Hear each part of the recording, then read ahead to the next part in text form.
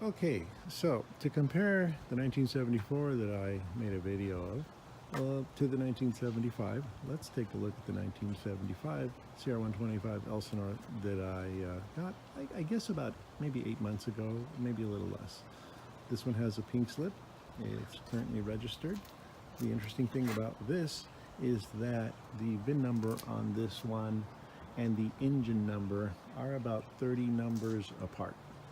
So this is an original engine to the frame, because they were usually very close to each other in VIN numbers.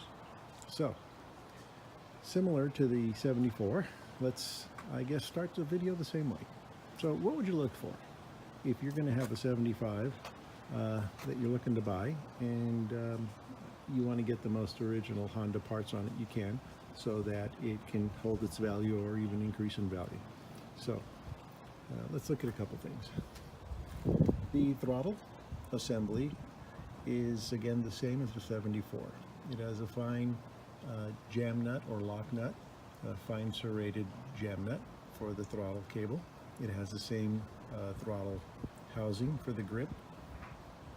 On this one, it's a very difficult part to find, but this is the brake perch, and it doesn't have the extended threaded part on it for the rear view mirror.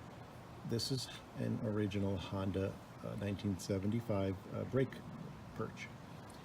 On the clutch side, it has the same thing. It has the not raised up one, not raised perch with the threaded section for the rear view mirror.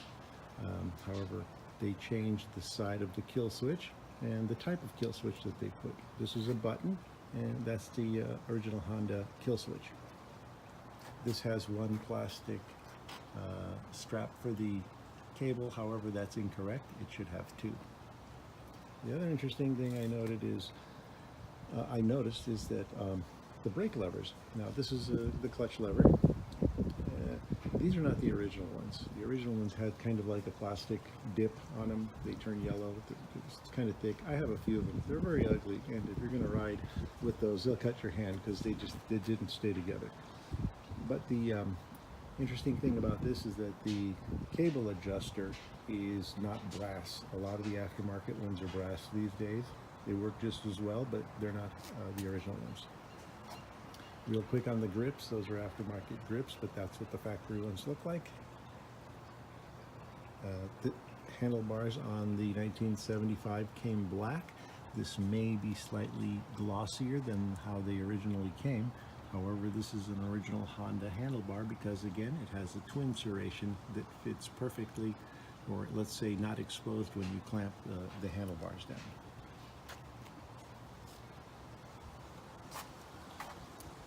Go to the rims. The 1975 rim had this lip on the perimeter, and that's basically the difference between the 74 and the 75. A lot of 74s come with that rim, but it's not the correct rim for the 74. The brake lever had a spring on it in 1975. The owner's manual shows a spring on the 1975, but the owner's manual does not show a spring on the 1974 brake lever. The rear wheel. Again, it has the lip on the outer edge of the DID rim, both of them being DID rims. The rear sprocket is a 51 tooth. These came with 51 tooth steel sprockets from the showroom floor. The shocks are the same. They're Showa 360s. These are not factory Bridgestone tires. These are aftermarket tires. Now, the chain guide on the 75 had no roller in it. It's just the guide. The mounting points on the chain guide are further apart on the swinging arm for the 1975. So the 1975 swinging arm, this is what the difference is. This point to this point is wider. That point to that point is wider, sorry about that, than the 1974. It does have the grease fitting inside the swinging arm. The engine is essentially the same. The carburetor had that cast cap instead of the machined cap. It has larger, I guess, nubs to grab onto. The clamps are the same. Intake and the intake and the airbox clamp. The petcock valve is the same. Obviously, that is not a factory hose clamp. The magnesium engine case or block. Magnesium magneto cover. This is the broken one. Aluminum foot pedal. Same foot pegs as a 74. Essentially, from the outside, without looking at the carburetor, the engine would look the same except for the expansion chamber and the spark plug ignition wire. The spark plug ignition wire had a little metal clamp on it. The 74 didn't. 74 was a smooth, just the wire plugged right into that. Also, since we're on this side, the Kickstarter on the 1975 was straight. Brake pedal, exactly the same as the 74. Rear brake lever, same as the 74. This expansion chamber I cleaned up. It was a little damaged. Not bad though, but it was in good shape. One thing I did notice about the 1975 expansion chamber is that the intake here, this intake on the expansion chamber is larger than the 1974 exhaust manifold. I haven't been able to figure out why. It's quite possible that the cylinder barrel has an extra port in it for the exhaust. On the 75 cylinder, compared to the 74, from the outside they look exactly the same. I think, and I'm not sure, looking at the various cylinder heads that I have, that the 75 may have had an extra port at the exhaust side, although I'm not sure. The nuts on this are flared. I think that the nuts on the 74 were flared, although mine doesn't have flared cylinder barrel nuts. The cylinder head nuts are flared as well, and that's how I remember my 74 being. I don't remember them being just a nut with a washer. The same clutch clamp, plastic.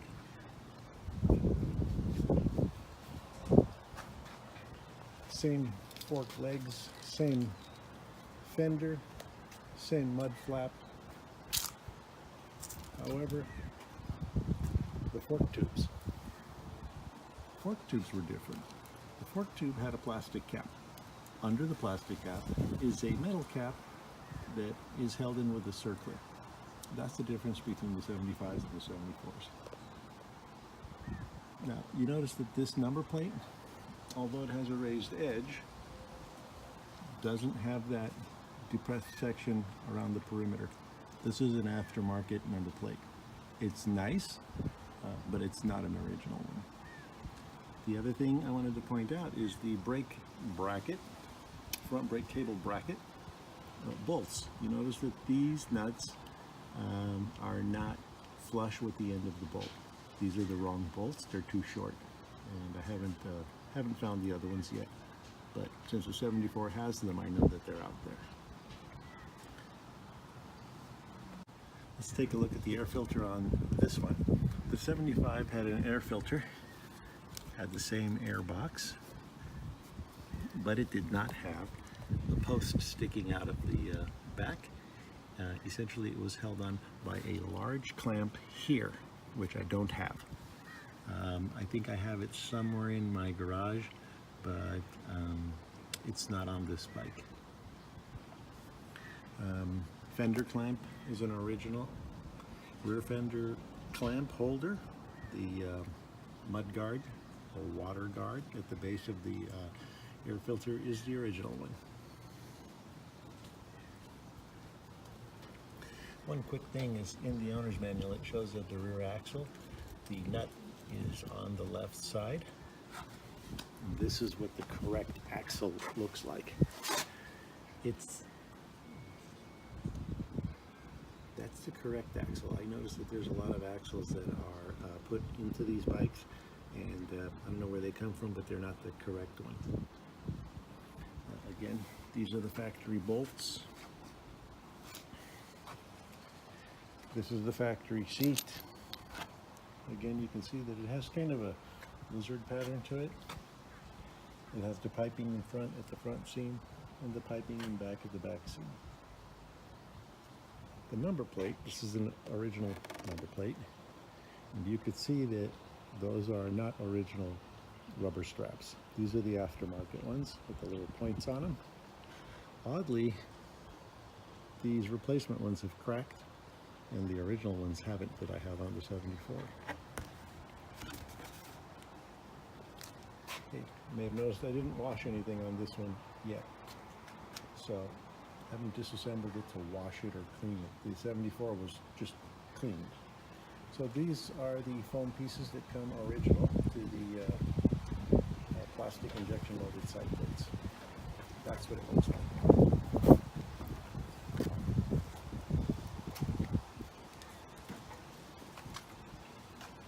Okay, so the Tahitian red on the side plates and the gas tank looks like this. It was gloss. It also was masked off, and you could feel the ridge here from the masking. It didn't have a clear coat on it. Those are the original warning stickers that came on the gas tank. There were two of them. There was one on the rear fender too, but this doesn't have it. That's not the original vent hose off the cap. It was the original one, looks more like the 74 that I posted. And that's the hose holder insulator at the triple tree center nut. And what else here? The 75. How are you going to know if you have a 75? Well, you're going to look at the VIN number. And the VIN number on the 75 is CR125M2. Same with the engine. The engine will say CR125ME2.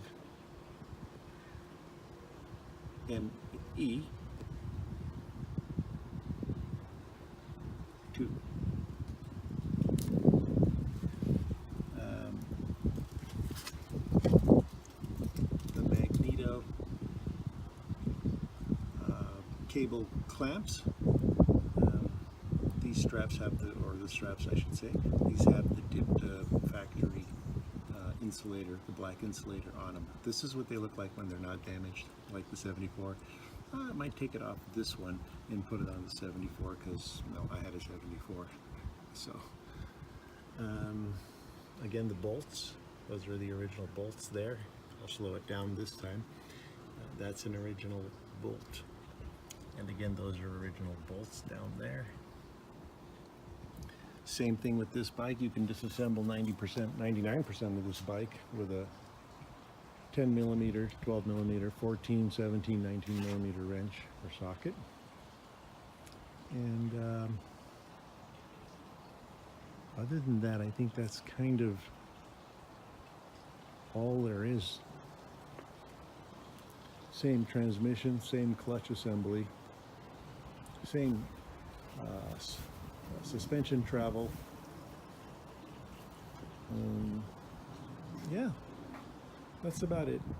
It's not as nice as Tom White's, but it's an original. It runs very nicely. And I don't think I'm going to restore this one. I'm just going to take it apart and clean it as well. So, hope you guys enjoyed this one. It's as much information I think that I can give on this one in regards to the difference. Other than that, they're very similar to each other.